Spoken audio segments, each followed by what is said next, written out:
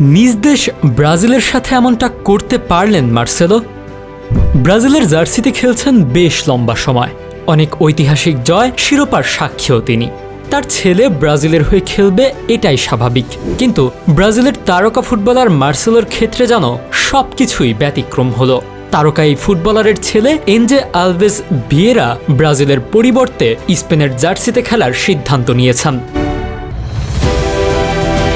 Real মাদ্রিদের কিংবদন্তি footballer Marcelo ভিয়েইরা Fluminense থেকে রিয়াল মাদ্রিদে যোগ দিয়ে 15 বছর খেলেছেন বিশ্বের অন্যতম সেরা এই ক্লাবটিতে। এছাড়া ব্রাজিলের হয়ে 12 বছরের ক্যারিয়ারে 58 ম্যাচ খেলেছেন তিনি। ব্রাজিলের এই লেফট ব্যাকের ছেলে এনজো আলভেস ভিয়েইরা ফুটবলে আগমনের বার্তা দিয়েছেন। রিয়াল মাদ্রিদের ইউথ ক্লাবে ফুটবল শেখাতার, খেলেন সেন্ট্রাল ফরওয়ার্ড হিসেবে। বয়স মাত্র 13 বছর, তবে ওই বয়সেই স্পেনের অনূর্ধ্ব 15 দলে ডাক পেয়েছেন এনজো আলভেস। বাবা একাধারে 15টি বছর দাপিয়ে বেরিয়েছেন বার্নাবুর মাঠ, তাই ছেলে এনজো তাকেই অনুসরণ করে এসেছেন ফুটবলে। বাবা যখন এত বড় ফুটবল লিজেন্ড, ছেলেও কি বাবার উত্তরসূরি না হয়ে পারেন? রিয়ালের যুব দলে নিয়মিত আলো ছড়াচ্ছেন এনজো। রিয়ালের হয়ে 90 ম্যাচেরও কম খেলে গোল করেছেন শতাধিক। এবার এনজো আসলেন আরও একবার আলোচনায়। বাবার হাত ধরে ফুটবলে হাতেখড়ি হলেও বাবার মতো নিজ দেশ ব্রাজিলের হয়ে খেলবেন না তিনি। এনজো নিজের ক্যারিয়ার গড়তে চান ইউরোপে, স্পেনের হয়ে। সেলেসাওদের হলুদ জার্সির পরিবর্তে এনজো পেশাদারি ক্যারিয়ারটা শুরু করবেন লা রোহাদের জার্সি গায়ে চাপিয়ে। একাডেমিতে দুটি ছড়ানো এনজো কি পারবেন বাবার মতো বিশ্বসেরা হতে?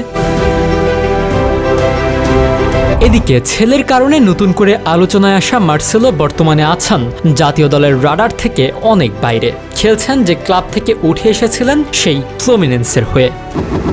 আমাদের ভিডিওগুলো মোহাম্মদ ইউসুফ দেখছেন লক্ষ্মীপুর থেকে, গোপালগঞ্জ থেকে দেখছেন অনেক মোল্লা, কাজী সাব্বির দেখছেন ব্রাহ্মণবাড়িয়া থেকে, মোহাম্মদ সোহেল দেখছেন কুয়েত থেকে এবং চুয়াডাঙ্গা থেকে দেখছেন এস জামাল।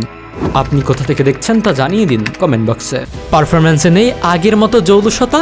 সম্প্রতি পুরনো স্মৃতি রোমান্থন করে স্প্যানিশ গণমাধ্যম এসপোর্তো ইন্টারাতিভোকে এক সাক্ষাৎকার দিয়েছেন মার্সেলো। নিজেকে রিয়ালের অবিচ্ছেদ্য অংশ বানানো মার্সেলো জিদানের অধীনেই সেরা খেলাটা খেলেছেন বলে জানান। সাবেক বসকে নিজের সবটা উজাড় করে দিয়েছেন জানিয়ে তিনি বলেন, জিজু আমার প্রতি খুবই সদয় ছিল।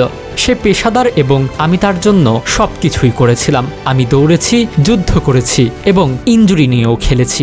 কার্যকরীভাবে আমি তাকে আমার সবকিছু দিয়েছি।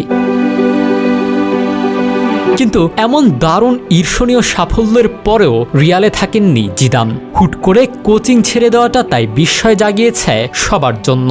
অবাক হয়েছিলেন মার্সেলো। এই বিষয়ে মার্সেলো বলেন, এটা খুবই বিস্ময়কর ছিল, কারণ সবকিছুই দারুণ যাচ্ছিল। আমাদের মধ্যে দারুণ সম্পর্ক ছিল, আমরা নিয়মিত কথা বলতাম। তার আমার প্রতি আগ্রহ ছিল এবং সে আমার উপর নির্ভরও করত।